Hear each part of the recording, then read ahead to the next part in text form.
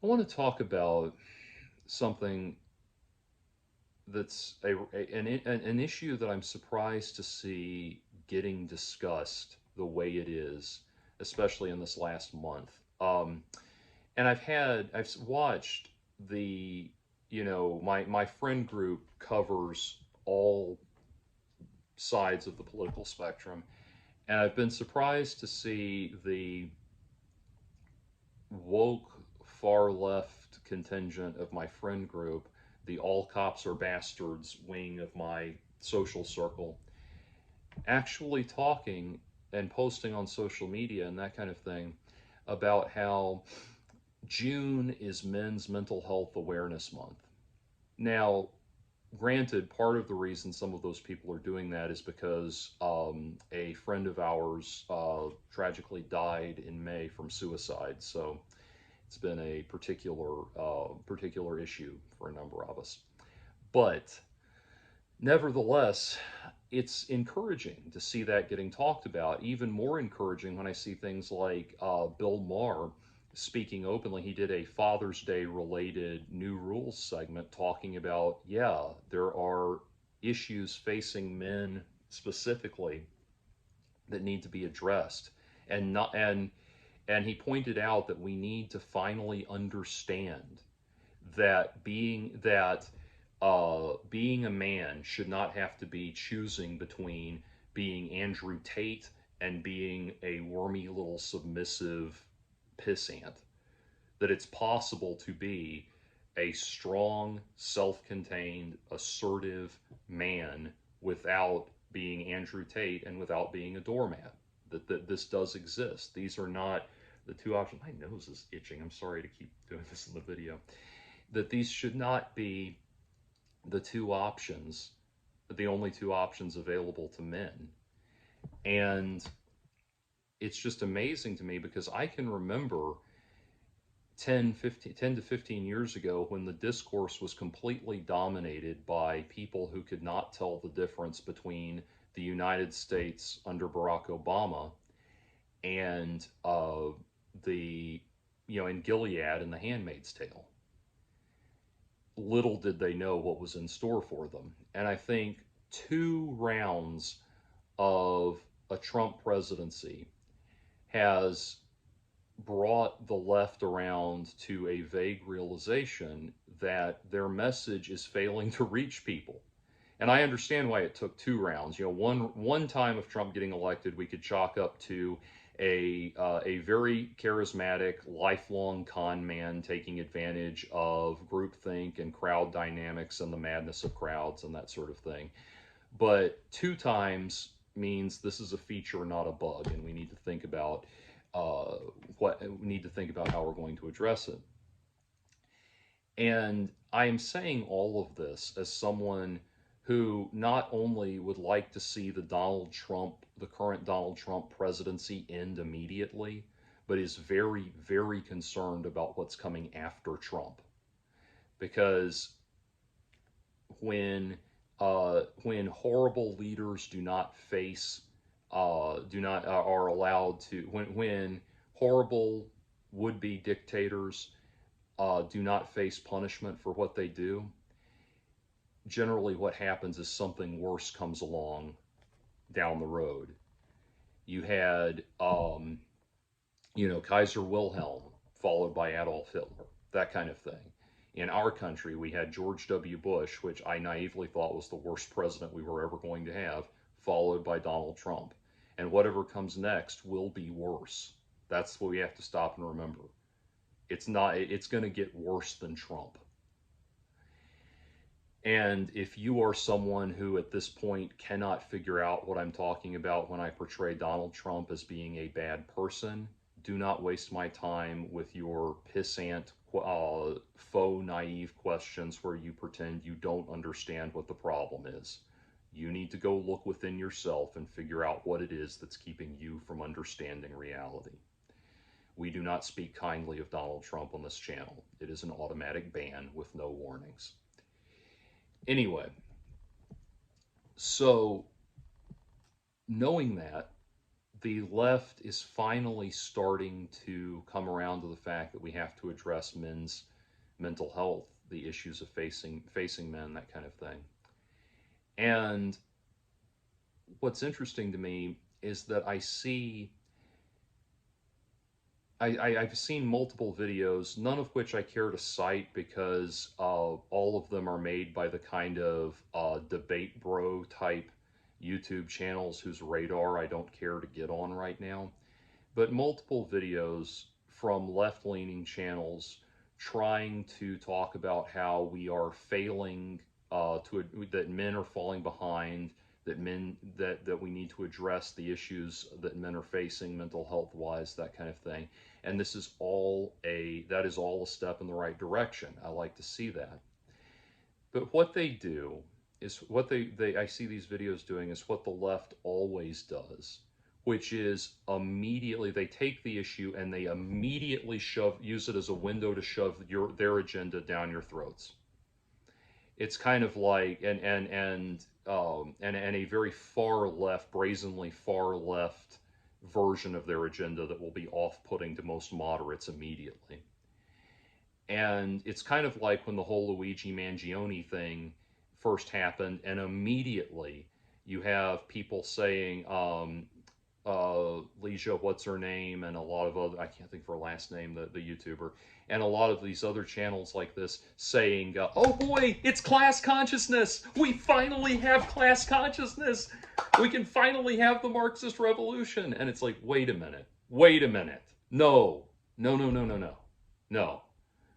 Don't just immediately play your entire hand. People from all across the board like Luigi Mangione because everybody's been fucked over by healthcare. So start by the health insurance industry, I should say. So start advocating for meaningful reform of the healthcare industry, actually make a difference in that regard, and demonstrate that you've got something to offer people other than this fantasy of a revolution, because believe it or not, most people don't want to put trash cans through the front of store windows. They don't. They just want to work within the system and improve what they've got. But you won't do that. You immediately shit the bed. And I won't even deny getting caught up in the fervor of the Luigi Mangione thing, as much as I still as much as I am still saying we need to take that seriously and really reform the health insurance system, I should say. You know, even I did a video in Joker paint talking about it, and I stand by what I said in that video. But you've got to stop doing this every time. You say, I hear people talking about men's mental health issues, and they just use that as oh, now that we've got your attention, let's start talking about class struggle. And I watch these videos where they talk about how, oh, the reason men are falling behind is because in the 1980s, Ronald Reagan convinced the working class that their real problem was not the government, but that their real problem was not corporate interests. Their real problem was the welfare queens, and they created this bogeyman of the welfare queen. Well, they're not wrong to say that. That is what Ronald Reagan did. They are, however, short-sighted because these videos are made by people so young that nostalgia becomes what they had for breakfast. But that tactic did not begin with Ronald Reagan. It actually goes back all the way to the founding of our country. But that's another topic for another time. Anyway, but they immediately all of these things they keep saying, and now what men need to understand is that the right is creating new bogeymen, new welfare queen bogeymen in the form of illegal immigration, LGBT book bans, and trans people. Now, you are correct about the illegal immigration bogeyman. That's a bogeyman that the right has been workshopping for decades, and it goes all the way back to Reagan and even before. They've been beating the paranoia about that, and it's actually an extremely long-standing right-wing talking point that basically is endemic to the right wing, not just in America. Closing the borders is something that every right-wing government always advocates for. Anyway, but you're not wrong to say that that's a bogeyman that they make use of. Anyway, I'm not, for purposes of this video, I'm not going to touch the transgender debate with a 10-foot chromosome, but and that was just me being, I'm not implying anything about chromosomes when I said that. It was just a funny figure of speech I came up with in the moment. It was so much easier to make YouTube videos before I started trying to anticipate the nonsense ways that people would get offended by what I said. Anyway, I'll quickly use the LGBT book ban thing. The right you don't understand. You are correct again. You are correct about the illegal immigration thing. That is a bogeyman in the vein of the welfare queen that the right has drummed up and will always continue to drum up.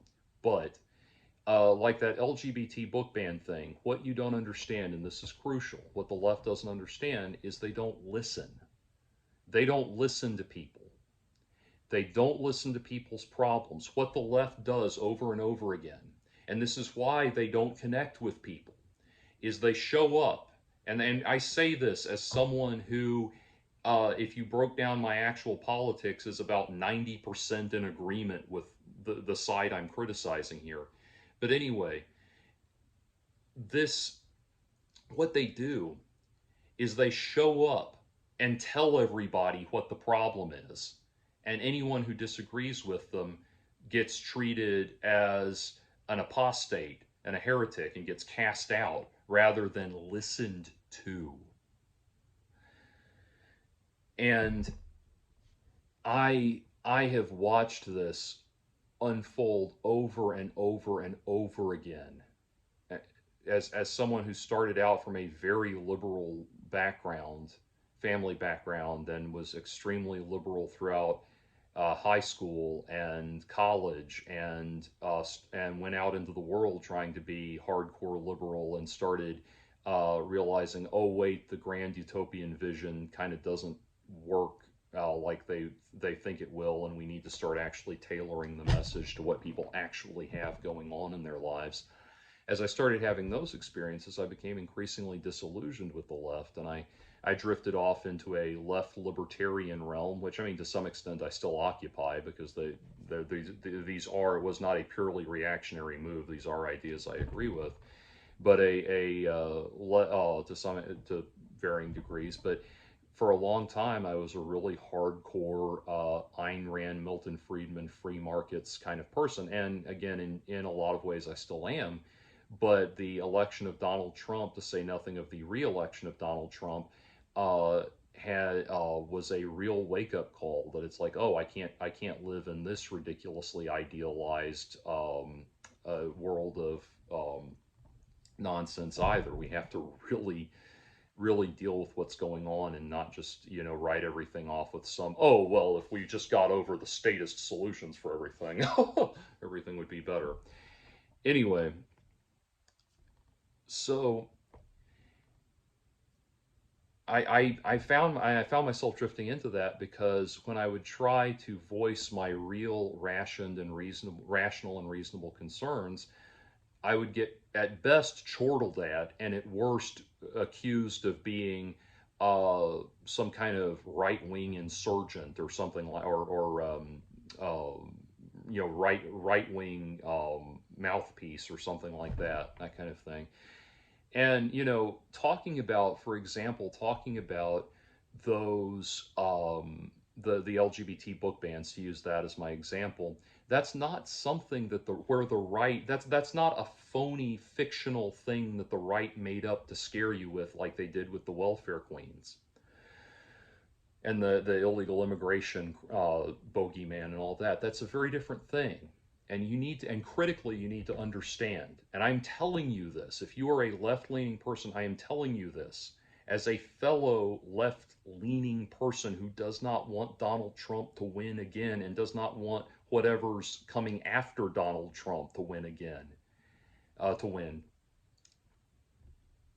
You need to understand this. That LGBT book banning issue did not begin with Marjorie Taylor Greene and Matt Walsh and all the other people who have taken up that cause uh, deciding that gay-related media in schools was a problem, although they undoubtedly already thought that it did. What happened is that a series of books, not a interrelated series, I mean one book after the other, unrelated books, but one book after another that parents did not want their kids reading was getting handed out by teachers, school library staff, and administrators, uh, and without the parents' knowledge and without the parents' consent. Parents were at the center of that controversy was the book "This Book Is Gay" by Juno Dawson. I did a breakdown of it on my channel that you can watch that details everything that's in the book. Parents were incensed that teachers and administrators and school staff had been giving their children a book that gives very detailed and very lewd and lascivious instructions on how to give a blowjob, how to have anal sex, how to pick up men on the internet, how to pick up men in bars, how to engage in the very, very adult world of sexual interactions without their knowledge and without their consent. And I've read that book cover to cover. I know what's in it. There is there are throughout the book, there are these testimonials from different people in the LGBT spectrum talking about their life experiences, their first time experiences, and things like that. And one of them is from a man who talks about how his first encounter, his first sexual experience, was when he was 16 years old. He had been flirting for months as a 15-year-old with a local shop owner. And on his 16th birthday, he went and began fooling around in the shop with that shop owner, who asked him to come over to his house the next day under the auspices of helping him wash a car. And he got there, and the car was already washed, and they proceeded to have this uh, this little encounter that apparently continued over a period of months. And nowhere is that in that book is that couched as this was a much older man taking advantage of a teenage boy. It's not presented that way. It's, oh, this was my wonderful coming out first time experience. That book has a glossary in the back where one of the glossary terms is scat, and the definition that he provides for scat is eating poop. Well, first of all, that's not the term for scat. The term, or the correct meaning of scat. Scat is anything involving poop that's not flushing it down the toilet or a medical professional collecting it for medical or scientific research. Those are the only two valid uses for human excrement. And scat covers anything else you're doing with it. And by the way, scat is not a part of gay culture. It's not a part of any culture. If you are eating shit, there's something wrong with you. And I stand by that. But anyway, that's some of the things that are in that book. And I ask you to stop and ask yourself, and I'm getting a little off topic here. I am going to be back on the point. But I mean, I ask you, what do you think the correct reaction from parents would be if a adult male, heterosexual male teacher gave a teenage girl a book on that had very detailed lascivious instructions on how to suck a dick and perform all kinds of other exciting adult sexual acts to a 14-year-old girl, which This Book Is Gay by Juno Dawson is marketed as being for 14 and up, gave that book to a 14-year-old girl without informing the parents. What do you think the reaction would be? Okay, we're just taking that same obvious logic and applying it to the concerns that parents have there. And before you accuse me of being some kind of subversive reactionary or something like that for taking this position, you need to understand something. I personally have far more liberal attitudes about teenagers reading a book like that. My personal values about what's appropriate for teenagers are far more liberal and far more in line with where you're at. But I understand what the nature of the problem is. I don't have my head in the sand. I'm not trying to be an ostrich about this. And what's amazing is there's people who look at this issue and can't that issue and can only see a fictional problem dreamed up by the right wing. Look, when I was I will get back on topic after this, I promise. When I was 13, I had a teacher who knew that I really liked. I was a voracious reader, and that I was a really big film buff, and that I really appreciated the artistry of filmmaking and the and knowing what kind of precocious kid I was, he recommended the movie A Clockwork Orange to me. Clockwork Orange, which now is one of my favorite books and movies. But I went and rented that movie and brought it home, and when I put it on the TV in the living room, and my mother was completely incensed that I put it on not knowing what was in it, and it got to the attempted gang rape scene towards the beginning of the movie, and my mom immediately made me turn it off and was incensed that one of my teachers had recommended this to me. He crossed a line recommending that to me. And what's amazing is there's so many people out there who heard me give that anecdote and they understood everything I said right there. They understood all of it when it was in the context of the Clockwork Orange example. They can't understand it when it's in the context of a teacher secretly, or at least without the parents' knowledge, giving kids a copy of This Book is Gay by Juno Dawson. Can't understand it there. They can only see homophobia. They can only see they can only see a mistreatment and misrepresentation of the gay community. And I know you don't need to write in with the boilerplate excuses, because I've heard them all and I already know what you're going to say. You're going to try to come and tell me that, oh, well, we have to tell people, we have to secretly get to the kids because the parents will be homophobic and abuse and disown the kids, so we have to secretly get the information to them, so without the parents' knowledge. No, that's bupkis. That's horseshit. Whatever your vision of whatever your idealized vision for how we should all treat each other is, you do not have the right to circumvent parental authority. Sorry, done. I'll give you an example of how to handle things like that. This would be about 3 or 4 years ago at this point. A girl about age 11 that I knew by way of her parents spoke to me alone, wanted to speak to me alone because she had decided that she was gay and she needed someone to talk to about it. And what I told her was, it's totally okay if you are gay. It's totally okay if you're gay. But sex and relationships and romance are things for grown-ups to worry about. So you focus on being a kid right now, and I promise you all of that stuff will sort itself out as you get older. And she thought about it for a minute. Okay. And went on. That was it. That was all she needed.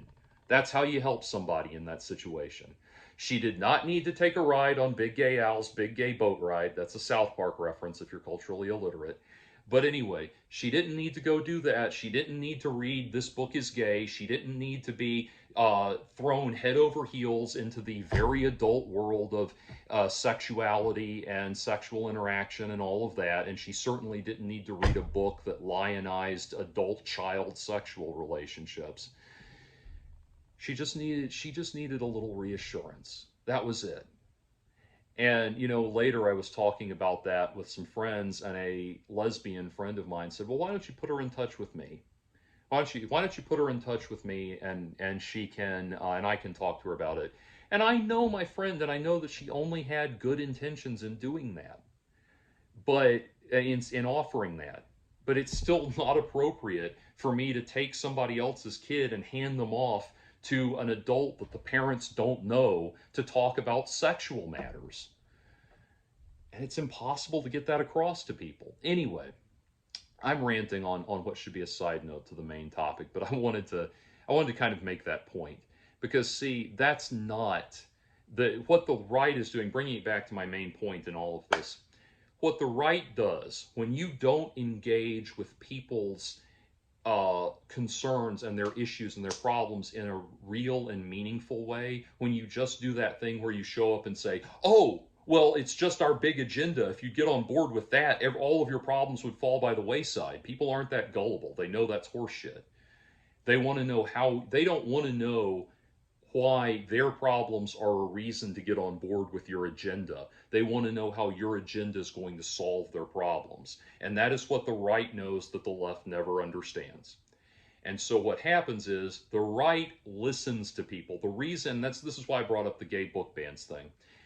The book banning thing, as they're calling it, is an example where the left refuses to meaningfully engage with the issue. They refuse to actually acknowledge what the actual concern is, and instead just want to pretend that it's it's just raving homophobia, on widespread homophobia, that's motivating this. Okay, when you do that, what happens is people on the right are waiting, the Matt Walshes and the Marjorie Taylor Greens of the world and the Steve Bannons of the world and all of these people, all these right-wing influencers, they're waiting for that to happen. And what happens is when you slam that door in people's faces, all of those people I just mentioned are waiting right there on the other side of that door, on the outside, to say, boy, those liberals sure are crazy, aren't they? And that's how they get people. That's how they recruit people. And that's how you keep losing over and over again. So bringing it back around to the subject of men's mental health issues, don't just start, you finally catch on that there's a meaningful discussion that needs to be had about men's mental health issues. And what do? You immediately start stomping the class revolution narrative down people's throats. I've talked recently in my own videos, I've been doing a series of videos talking about my own experiences tapering off of SSRIs and the problems. I started tapering off SSRIs, off of Lexapro in my case, because I was not getting any benefits. I was only getting side effects, and the only reason I was taking it at all was to avoid the withdrawal symptoms. So now I'm pushing myself through the withdrawal symptoms, and I am about 75% of the way towards getting, gradually reducing the dose. I'm about 75% of the way there. I'm going, by October of this year, I should have gotten it, I should be off it completely. I've talked in my video journals about that, about how as I've been going through this process, the last 3 or 4 weeks of the relationship I was in, my relationship fell apart because my girlfriend lost all respect for me because of how weak I was from what I was going through. And this is someone, I'm going to very cautiously say, well, I don't want to say too much about her situation. It's not my story to tell, but she had been through experiences that I thought made me think, okay, this is someone who will be sympathetic to what I'm going through. That's enough to say that. I thought based on her life experiences, she would be sympathetic to what I was going through, getting off the Lexapro. But no, as soon as I got to the point where I was having massive withdrawal symptoms, I was having serotonin crashes, and there were days when I couldn't get out of bed, her respect for me just went completely down the shitter. Her attitude was just that I was just being a big baby and that I needed to suck it up because, God forbid, her fun weekend be interrupted by the fact that I'm shaking and can't get out of I'm so shaking that I can't get out of bed. That attitude reflects a very toxic attitude about men's roles in society, and it is something that a lot of men, myself included, as I just described, find themselves facing in their relationships. And just like there have been tremendous efforts to say to men, look, there are certain behaviors that are born out of long-standing gender roles that are actually very toxic. That we as a progressively more and more enlightened, progressively here I mean over the course of a duration, not politically. We as a progressively more and more enlightened people need to be getting rid of. We need to be letting go of. We need to let go of the idea of women being housebound. That we need to let go of the idea of women being naturally better caregivers and that sort of thing. We need to let go of all of these regressive ideas about womanhood that men foist upon women. That as much as I hate the term mansplaining because I think it gets misused, men need to be conscious of not condescending towards women simply because they're women, that kind of thing. We have a whole bevy of behaviors that we've identified correctly, I want to add, as toxic behaviors that men should not foist upon women. If you want to help in this discussion, you can say, don't go trying to say, oh my God, we're sympathetic to men now. Class consciousness, revolution, revolution, oh boy. Don't do that. Stop doing that. Because all that's going to happen is the men that you're trying to reach are going to say, no, these are what our actual problems are, and you're going to slam the door in their faces. And when you do that, everyone at the Daily Wire and everyone at Fox News and everyone at Breitbart and all of those people and all the MAGA Republicans are going to be standing there waiting to say, boy, those liberals sure are crazy, aren't they? So if you want that to happen, if you don't want that to happen, actually listen to the problems men are talking about. Actually say, it's okay to say, look, there are a lot of outmoded ideas about gender that women need to be conscious of not bringing into relationships. There's nothing wrong with that. It's a progressive attitude, and it's okay to bring that in. We're not talking about turning men into Andrew Tate. We're not talking about turning the world into Gilead and The Handmaid's Tale. We're talking about trying to make things better between people and understand that that's what that is.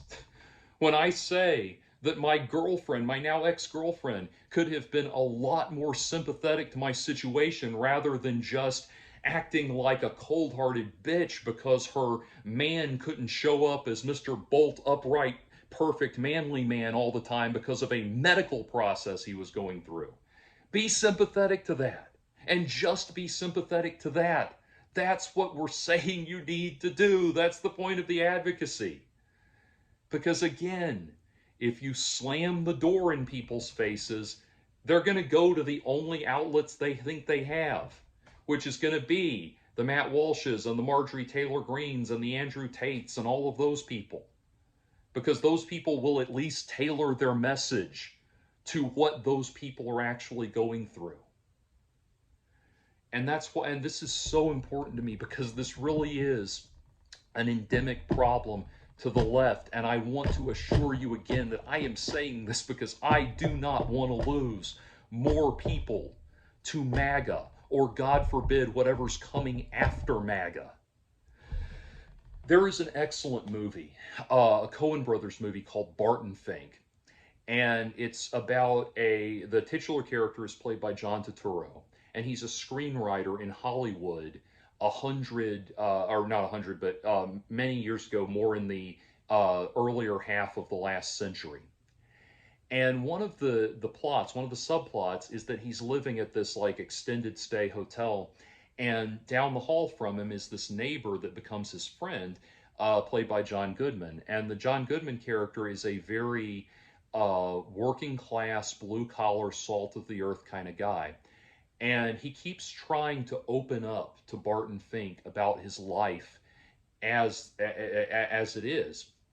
And he keeps talking about the struggles he goes through and everything. And he says, I could tell you some stories." And Barton Fink says, "I bet you could. And that's why blah, blah, blah, blah," and starts lecturing to him. Ignores the actual human connection and just starts lecturing to him about all these high-minded ideas that he has. And at the end of the movie, I don't want to give away too much, but at the end of the movie, Barton Fink is surprised to discover that his friend has embraced extreme right-wing ideology. And in fact, his friend's final line in the movie is the HH alliteration phrase that is used as an adulation for Adolf Hitler that I'm not going to say out loud because I don't want it to get clipped.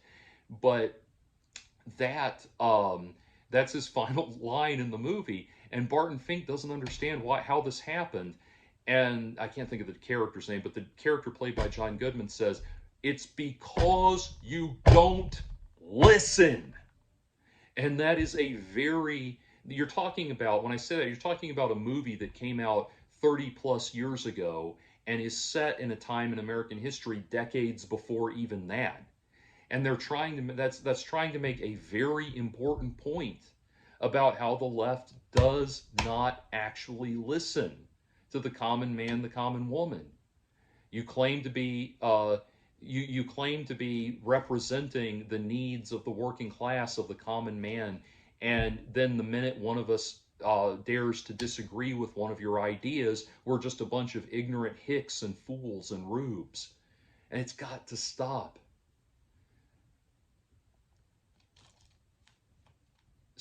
Just, what you don't realize is, if you could actually focus on a real humanitarian agenda of actually listening to people, and of actually listening to people and actually listening to what they have to say and actually connecting with them on a human level, you would not need the Marxist class revolution. You wouldn't need it. We actually do have the necessary mechanisms already at our disposal to improve things for people astronomically. And you could do that from a good faith place of actually listening to them and actually connecting with them. And that's why I emphasized from the beginning, I really do mean it when I say that this has been on my mind, because we've got to correct this error in how the left functions. If we don't, we will get something worse than Donald Trump.